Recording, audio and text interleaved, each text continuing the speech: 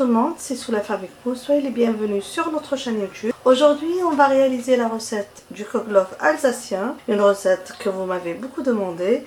C'est une brioche bien parfumée, très délicieuse, il faut absolument l'essayer. Alors on y va directement aux ingrédients. N'oubliez pas que vous allez trouver les ingrédients en détail dans la boîte de description.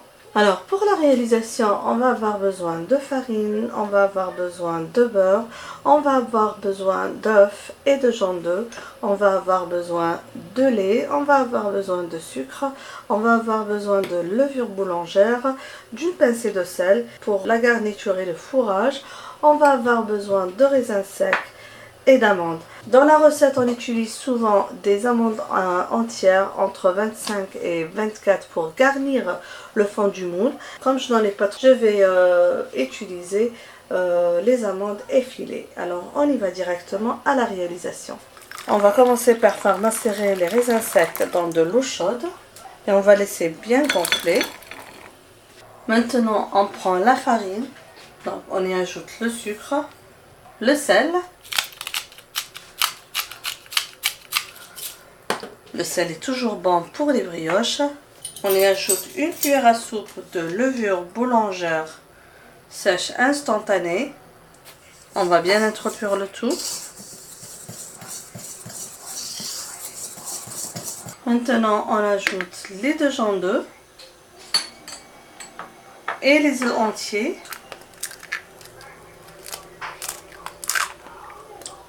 Et on commence le pétrissage.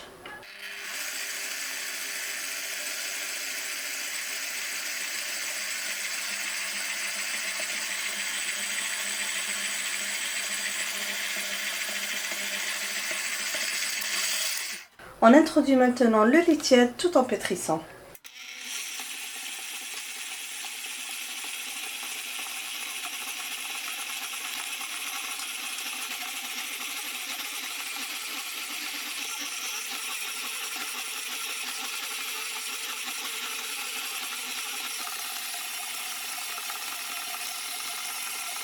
Donc voilà la pâte après l'ajout de tout le lait. Comme vous voyez, elle est bien collante. C'est pas grave. C'est comme ça qu'on obtient au final une bonne brioche. J'ai fait pétrir pendant au moins 10 minutes. Je vais encore une fois pétrir un petit peu et commencer à introduire le beurre.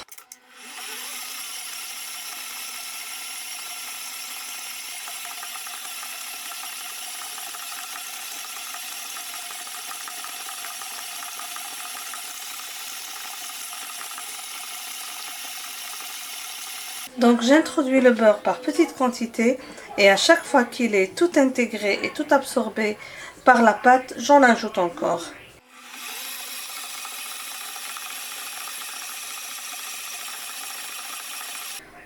Comme vous voyez, là j'ai intégré tout le beurre. Je vais pétrir encore et je vais mettre ma pâte à reposer et à doubler de volume dans un endroit à l'abri des courants d'air.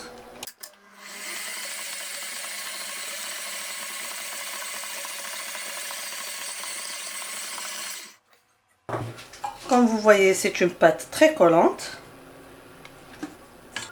Voilà, comme vous voyez, on a une très jolie pâte bien pétrie et bien élastique. Maintenant, je vais détacher du crochet et bien arranger la pâte afin de la laisser lever et doubler de volume.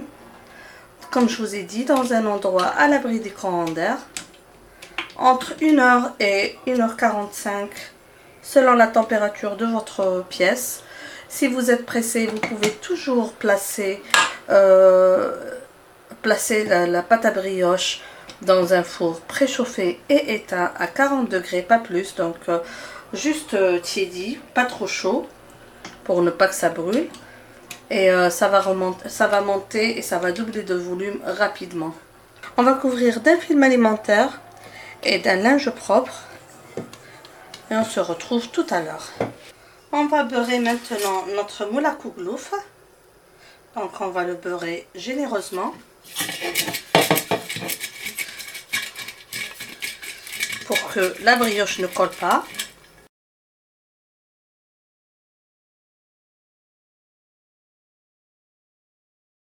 Comme ça, j'ai bien beurré. Comme je vous ai dit, si vous avez des amandes entières avec la peau, vous les placez une dans chaque dessin ici de notre moule à kouglouf. Mais moi, comme je n'en ai pas, je vais mettre les amandes effilées généreusement sur tout le moule. Donc, généreusement, comme ça. Quand c'est bien beurré, ça va bien coller. Et après, on va enlever le surplus. Là, j'ai fait égoutter les raisins secs qui ont bien gonflé. Voilà. Et je vais dégazer ma pâte. Comme vous pouvez le voir, la pâte a bien gonflé, donc je vais la dégazer. Voilà. Très jolie pâte. Je vais la dégazer et introduire les raisins secs dans un plan de travail bien fariné. Voilà, pour cela, je vais me munir d'une spatule, comme ça. Je dégaze bien ma pâte.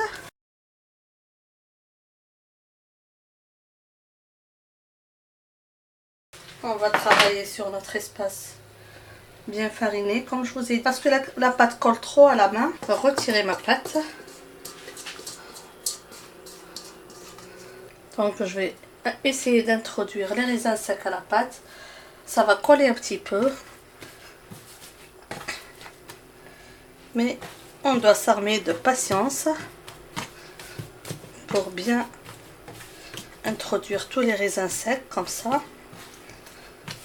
Encore une petite quantité.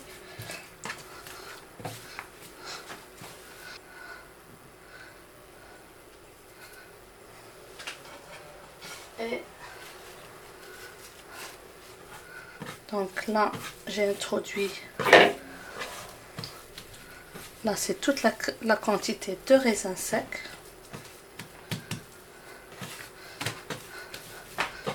Juste comme ça. On veut bien que ça soit à l'intérieur et non pas à l'extérieur pour que ça ne brûle pas durant la cuisson.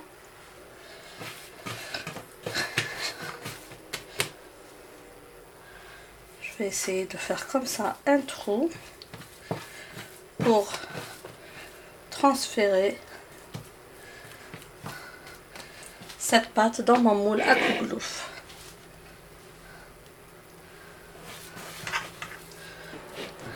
Et là, on va essayer de l'arranger équitablement.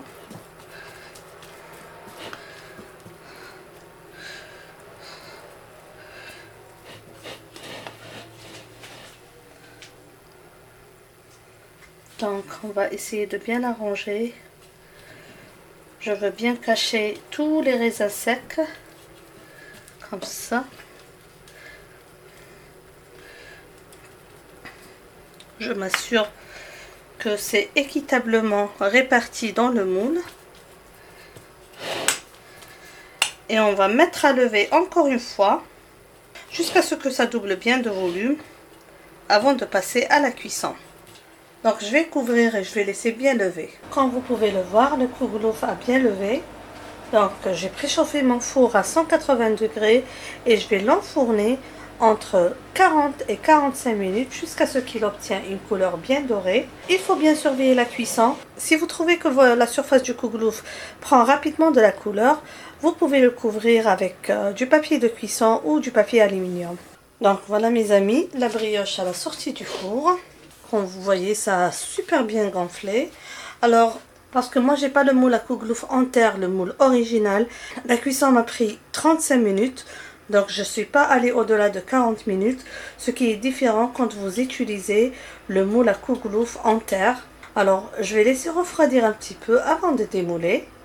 Maintenant on arrive à l'étape finale, la décoration de notre kouglouf avec une touche de sucre glace.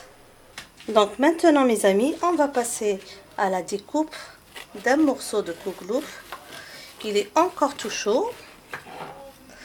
Mais voilà, je profite du fait qu'il y a encore du soleil pour faire de jolies photos.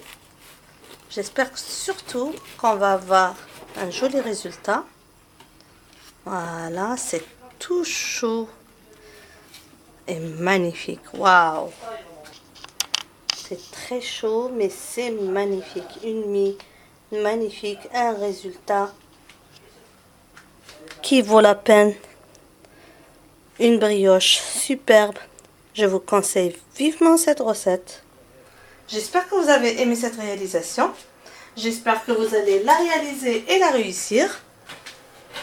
N'oubliez pas, si vous aimez ce que je réalise, de vous abonner à la chaîne YouTube, de cliquer j'aime et aussi d'activer la cloche qui est un point très important pour être notifié de toute nouvelle publication.